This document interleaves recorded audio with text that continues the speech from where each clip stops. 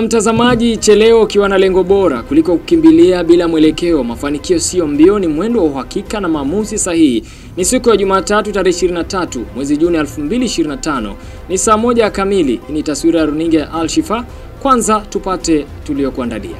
Kizaazaa cha mapenzi Mombasa, mwanaume akimwagiwa maji moto sehemu za siri.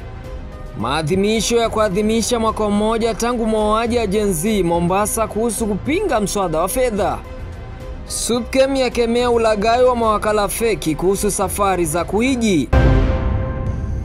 Na tukianza ni kwamba wakazi wa Rayola, kata ndogo ya Shanzu, eneo bunge la Kisauni, kaunti ya Mombasa, wameamkia kisa cha kutamausha baada ya jamaa mmoja kwa jina la Joshua Ngala kuchomwa kwa maji moto sehemu zake za siri na mpenziwe Ann Shihafu mwenye miaka 33. Wawili hao ambao wamekuwa kwenye mahusiano kwa takriban miezi 4 hivi na wamekuwa wakiishi pamoja, wamekuwa na kutatizika ama kutatizana kwa kukosa kuaminiana, huku majirani wakitaja kisa hicho kama kisasi alichokuwa akilipiza bibi baada ya Joshua kumpiga hadi kusababisha ujauzito wake kutoka mapema wiki iliyopita, madai ambayo Joshua hakutaka kuyazungumzia na kukiri kuwa ni migogoro waliokuwa nayo awali haikuwa mikubwa kiasi cha kupelekea tendo hilo la kinyama. Kwa mujibu wa taarifa za madaktari wa hospitali ya Whitelife iliyoko Shanzu alikofikishwa Joshua na wasamaria wema, ni kuwa majeraha yake hayakuwa mabaya vile licha ya ngozi yake kuchubuka katika sehemu alizopatwa na maji, na hivyo basi ataendelea kuzuiliwa hapo mpaka wakati atakapopata nafuu. Huku hayo yakijiri, aliyekuwa mke wa kwanza wa Joshua ameandikisha taarifa hizo kwa kituo cha polisi cha Bamburi wakingoja kukamatwa kwake Ann ambaye kwa sasa yuko mafichoni. Mtazamaji, tukisalia katika kaunti ya Mombasa ni kwamba viongozi wa wanawake kutoka mashirika mbalimbali chini ya mwavuli wa Mama Kenya wameandaa hafla ya kuwasha mishumaa katika bustani ya Uhuru ili kuadhimisha mwaka mmoja tangu kuuawa kwa vijana wa Gen Z wakati wa maandamano ya kupinga mswada wa fedha wa mwaka 2024-25. Viongozi hao pia walihubiri amani baina ya wananchi na vyombo vya usalama, wakikashifu maovu yanayoendelea nchini. Mwanahabari wetu Mary Ongocha anaripoti kamili. Leo tuko hapa kwa ajenda ya kuweza kukumbuka wale watoto wetu ambao waliweza kufa kupitia maandamano yalikuwako. Kwa hivyo tumekuja kuwatilia mshumaa siku ya leo ambayo tumeona ni muhimu sana kuwakumbuka. Wakizungumza na wanahabari, viongozi hao wamekashifu mauaji ya vijana na wale wanaodaiwa kuwa maafisa wa polisi, wakionyesha kughadhabishwa na hatua ya viongozi wanawake bungeni kufumbia macho swala hilo. Tunataka kwamba iwe ni mwanzo wa mwisho wa vikomo wa kwamba damu za vijana vitaweza kumwagika hapa Kenya. Sisi kama kina mama tumekaa nyuma mpaka imefika wakati hatuoni jambo. Wanawake wako bungeni waongee swala la watoto na ni wazazi kama sisi. Tumechukua jukumu letu kama grassroots movement Kenya nzima kuhakikisha tutahakikisha kuna usalama. Watoto wetu hawatarudi kufa. Vile akina mama hao wametoa wito kwa serikali kuwaruhusu vijana kuandamana kwa amani, wakiahidi kujiunga na vijana katika maandamano ya tarehe 25. Tunataka kuweza kuhakikisha na kuambia serikali tafadhali waache watu wafanye maandamano ya amani. Tutakuwa katika msafara wa maandamano wa tarehe 25 ya amani, kwa sababu tukifanya mambo na amani hakutakuwa uvujaji wa damu. Tunaunga mkono maandamano ya siku ya Jumatano yawe ya amani. Huku maandamano yakitarajiwa kufanyika siku ya Jumatano, wameomba wananchi kuandamana kwa amani na kuwataka polisi kutotumiwa vibaya. Tunaomba Wakenya tujitokeze kwa wingi, kina mama, kina baba, tuandamane kuomba haki za watoto wetu. Tarehe 25 tukiandamana, tuwe na maandamano ya amani. Sote tuwe na amani. Tumeamua kutembea nchi yote kutangaza amani, maana tunapenda amani. Nikiripotia runinga ya Al Shifa kutoka kaunti ya Mombasa, jina langu ni Ongoche Mary. Na tukisalia katika taarifa inayofungamana na hayo, viongozi wa mashirika ya haki za binadamu wamejitokeza kuzungumzia maandamano yatakayofanyika siku ya Jumatano ya Juni 25, ambao ni mwaka mmoja tangu maandamano ya kupinga mswada wa fedha, wakiwataka Wakenya wote waliopoteza familia zao kujitokeza kuomboleza na kudai haki kutoka kwa serikali. Wakiongozwa na Francis Auma wa shirika la Muhuri, amesema tayari wamefahamisha vyombo vya usalama kuhusu maandamano hayo ya amani.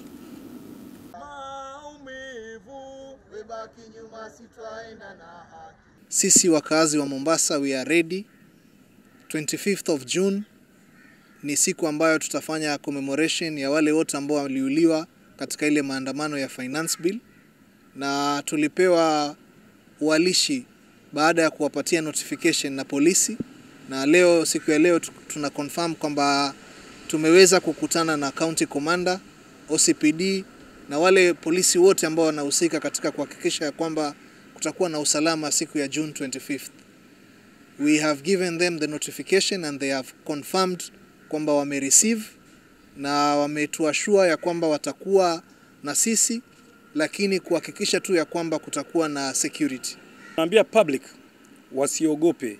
Hii maandamano inafanyika Kenya nzima. Mombasa tuko tayari, tumejitayarisha na familia ya wale waliopoteza maisha yao, wale walioumia pia watatokea, na mwenzangu amesema tutaanza na kanisani. Waliokufa Mombasa wakati wa Gen Z ni watu watatu, na status ya kesi yao paka sasa tumewauliza, wanasema iko kwa IPOA. Kwa hivyo polisi wamesema hao hawajui kuendelea nini, wanangojea IPOA itoe findings zao. Naomba wananchi ambao wale watoto wao walikufa na wenye waliumia waje kwa wingi, tufanye maombi kwa pamoja. Sababu tumemaliza mwaka. Mtazamaji, kumbuka taarifa hizi zinakujia moja kwa moja kutoka hapa Al-Shifa TV. Unaweza kututembelea kupitia mitandao yetu ya kijamii pale YouTube ni Al-Shifa Television Kenya, Facebook ni Al-Shifa Digital Kenya. Kamanda mkuu wa polisi eneo bunge la Likoni Geoffrey Ruheni amewataka wakazi wa eneo hilo kuimarisha ushirikiano na walinda usalama ili kupambana na uhalifu katika eneo hilo. Mwanahabari wetu Rajab Abubakar amekuandalia taarifa ifuatayo. Ile kitu tutafanya immediately ni kwamba patrol itaongezwa pande hii. Officers watatembea maeneo haya. Katika juhudi za kukabiliana na ukosefu wa usalama, polisi katika eneo la Likoni, kaunti ya Mombasa, leo wamefanya baraza la wananchi katika mtaa wa Punguvila ulioko eneo la Timbwani. Baraza hilo lilikuwa fursa kwa maafisa wa polisi kuzungumza ana kwa ana na wakazi wa eneo hilo ili kusikiliza malalamishi yao na kutoa suluhu kwa masuala ya usalama. Kwa mujibu wa kamanda wa polisi kaunti ndogo ya Likoni Bwana Geoffrey Ruheni, mkutano huo ni sehemu ya juhudi za ulinzi shirikishi maarufu kama community policy ambazo zimekusudiwa kuimarisha ushirikiano kati ya vyombo vya usalama na jamii. So today's meeting was meant to get a very strong team of volunteers, those people who are courageous enough to do neighborhood watch around this area, and also to liaise with police officers during patrols so that they can show them the hotspots, they can identify the criminals, they can identify the hideouts of those criminals. This will go a long way in eliminating the fear of the unknown from this community. We have agreed with the members of the community that they are ready to volunteer and ensure that this area of Miskiti Miwili is totally safe and secure with no incidences, so that development can take place, business can come up, and the people can move freely without fear of being attacked by anybody. Vile Bwana Ruheni alieleza kwa kina kwamba moja ya sababu kuu zinazoendeleza hali ya utovu wa usalama katika maeneo mengi ni ucheleweshaji wa mawasiliano kati ya wananchi na maafisa wa usalama, hali inayokamisha juhudi za kutoa msaada wa haraka wakati wa dharura. That day we have had 2-3 incidences, that is mostly burglary and stealing during the night,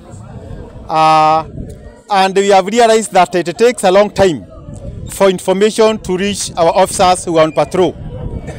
We have shared the numbers of the OCSs, the Sub-County Police Commander, the Directorate of Criminal Investigation Officers, who normally are on the ground to do the patrols, to shorten the time of response in the case anything happens. We can't say that the cases are increased, it's only that we have isolated cases of chop breaking around this area. That is the Punguvila area. The reason is all the other areas of Likoni, starting from Bakery, coming to have London, coming to approved area, we have very strong community policing and neighborhood watch groups. So those people have ensured the area is safe and secure. So those criminals have tended to shift to this area where they have realized there is a bit of weakness. Wananchi waliohudhuria mkutano huo walipongeza juhudi za maafisa wa usalama na kuonyesha kuridhika na nia ya kushirikiana nao katika kuimarisha usalama katika eneo lao. Kwa leo usiku ndio tumekuta kuna duka moja imefunjwa na ni duka ya jirani yetu, na tutakubali na tunastumu hiyo kitendo ambayo imetokea usiku wa leo, na ndio maana tuko hapa mpaka saa hizi. Ni duka ya 4 kuanzia hiyo ya jana, sasa ni duka ya 4. Kuna moja ilifanyika Desemba, kuna 2 zimefunjwa hapa katikati na kuna ya leo. Ndio maana tumeita hichi kitengo ije hapa itupatie usalama, na sisi pia kama wakaazi wa Punguvila tutatia usalama zaidi. Kile kimechangia sana kisa cha uwizi ni kwamba sana sisi ni uoga. Ushanielewa?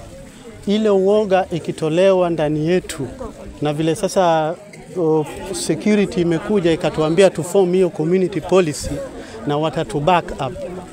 Watu watoe uoga na tujue hapa ndio kwetu, hakuna mahali pengine tunaenda. Masaa mimi kutoka kwa nyumba yangu ilikuwa saa 8 na dakika 20 ambapo polisi walikuwa tayari wako area, ndio nikakuwa na ujasiri wa kuweza kutoka. Saa 8 na dakika 20, na kando na hao nilikuta kuliweza kuja timu kadhaa ambaye nilipata kugundua kwamba kulikuwa na timu paka ya Inuka, kulikuwa na wale wenye wametoka Likoni, alafu kukawa tu na Nikiripotia runinga ya Al Shifa kutoka kaunti ya Mombasa, jina langu ni Rajab Abubakar. Baraza Kuu la Waislamu nchini SUPKEM limekashifu vikali kulagaiwa kwa mahujaji waliokuwa wamelipia safari ya kuelekea Maka kwenda kuhiji. Mwanahamisi Yusuf amekusomea taarifa iliyoandaliwa na Yasir Muhsin.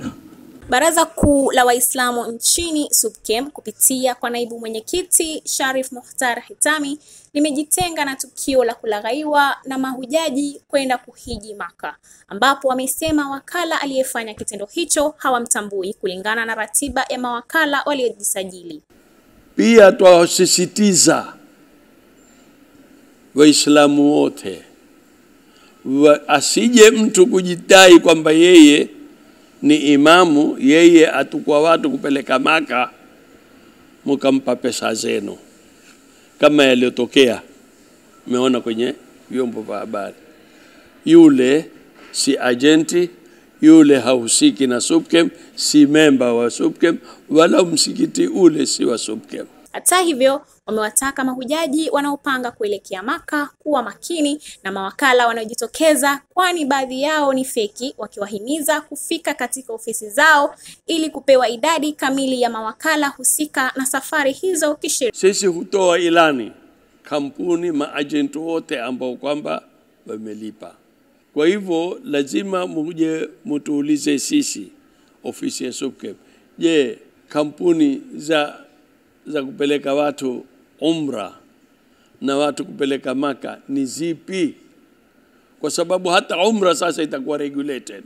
Wake Hamisi Mwaguzo ambaye ni mratibu wa SUPKEM mkoa wa Pwani ameitaja kuwa na mipango na benki za Kiislamu ili kuwasaidia kulipia mapema safari hizo, hali inayotaja kwamba itawasaidia kupata sehemu nzuri za makazi watakapofika Maka. Tulikuwa na mpango wa kuzungumza na taasisi za benki za Kiislamu kwamba maagent mawakala walipiwe asilimia fulani ya hii pesa kimapema, ili kusudi kuepuka masuala mazima ya ucheleweshaji wa kulipa, then baadaye wakilipa ile 50% na wao wenyewe baadaye waregeshe polepole kwa hizi bank. Ndugu zetu Tanzania nafikiri wamekuwa na huo mpango. Tanzania mawakala wao kupitia taasisi zao wanalipiwa pesa na taasisi na benki za Kiislamu na wanalipa polepole. Lakini kwetu kuna nafikiri tulikuja na huo mfumo, na kwa bahati mbaya tukaambiwa kwamba hii pesa tuatia pesa katika riba. Haji na riba haram. Sasa unaona sasa sisi tuko na fikra, lakini sasa unakuta maagent wengine wanaturudisha nyuma. Lakini kama baraza bado tunafikiria ni jinsi gani tutawasaidia mawakala wetu hasa katika masuala mazima ya kulipa, ili kusudi isiwe ni kero na lawama kila siku katika masuala mazima. Ni wakati huo ambapo wameiomba jamii ya Kiislamu kushirikiana ili kutatua changamoto wanazozipata wanapoelekea Maka. Ukilipa mapema ile sehemu unapewa mapema, ukilipa kuchelewa ile mahali yako ni kuchelewa. Sasa sisi mara nyingi Kenya tunakuwa watu wa mwisho kulipa, na hii tumelizungumza kwa bahati mbaya limetiliwa siasa ndani yake. Na si swala la kutiliwa siasa, ni swala la watu kuweka vichwa vyao chini na kuangalia hili tatizo la mina na allocation ya watu kulala tutalitatua vipi. Si swala la kulaumu kwamba ni SUPKEM, kwamba ni maagent, kama ni nani. No, ni swala ambalo tunataka mahujaji wetu walale mahali pazuri, sehemu nzuri. Kwa hivyo ni masuala ya watu kuangalia, je, changamoto hii ya kulala, je, tutaweza kuitatua kivipi kwa sisi wote? Na nafikiri solution ni kwamba ni ulipaji wa mapema wa sehemu. Kiripotia runinga ya Al Shifa, jina langu ni Mwanamisi. Mtazamaji, unaendelea kutazama habari zetu hapa Al Shifa TV. Tuelekee katika habari za kimataifa ambapo mzozo kati ya Iran na Israel unazidi kutanuka baada ya Marekani kuvishambulia vinu vya nyuklia vya Iran mwishoni mwa juma. Hivi leo kiongozi wa juu wa Iran Ayatollah Ali Khamenei amemtuma waziri wake wa mambo ya nje mjini Moscow kuomba usaidizi kwa Rais Vladimir Putin. Waziri wa mambo ya nje wa Iran Abbas Araghchi amekwenda Moscow kuomba usaidizi wa Urusi baada ya Marekani kufanya mashambulio makubwa ya kijeshi dhidi ya maeneo ya shughuli za nyuklia ya Iran. Mashambulizi hayo yakiwa ya kwanza kufanywa na Marekani tangu mapinduzi ya Jamhuri ya Kiislamu mwaka 1979. Hivi leo Israel nayo imesema inaendelea kushambulia katika mji wa magharibi wa Iran wa Hamasha, huku wasiwasi ukiongezeka kuhusu kutanuka kwa vita hivyo na kuwa vya kikanda. Rais wa Marekani Donald Trump sio tu ameonya Iran dhidi ya kufanya mashambulizi hayo ya ulipaji kisasi, bali amezungumzia pia juu ya uwezekano wa kufanyika mabadiliko ya kiutawala ndani ya Iran. Viongozi wa ulimwengu wanaonesha kuwa na wasiwasi mkubwa juu ya uwezekano wa kutanuka vita hivi, ambapo katibu mkuu wa Umoja wa Mataifa Antonio Guterres katika mkutano wa dharura wa Baraza la Usalama ulioitishwa jana ulionya dhidi ya kuendelea kwa mashambulizi ya kulipiza kisasi, wakati China nayo hivi leo ikitahadharisha dhidi ya kusambaa kwa vita hivyo, huku ikitolea mwito jumuiya ya kimataifa kuchukua hatua zaidi kuzuia vita hivyo kuathiri uchumi wa ulimwengu.